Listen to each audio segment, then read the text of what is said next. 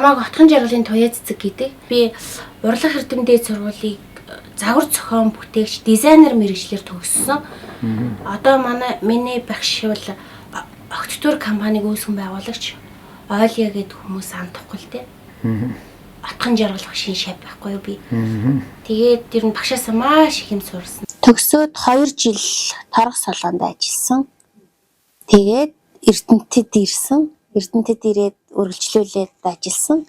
2017 онд Оёлын салоноо нээгээд тасралтгүй ажиллаад явж байна та.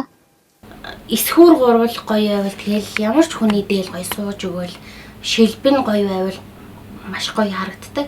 Дээр нь бас маш гоё юмч хэрэгтэй. Тэгэл ер нь сэтгэлээсээ уралсан юм чинь тэгэл хүний сэтгэл 100% өрөөл тэр хүн маань маш их баяртай гараал явахт надад айгүй хурам өгдөг шүү дээ. Тэгээ би үйлчлүүлэгч аюу олонтой. Тэгээ ер нь хүнд дээл оёод чин сэтгэлээсээ оёод өгөхөр маш их баярлдаг шүү дээ.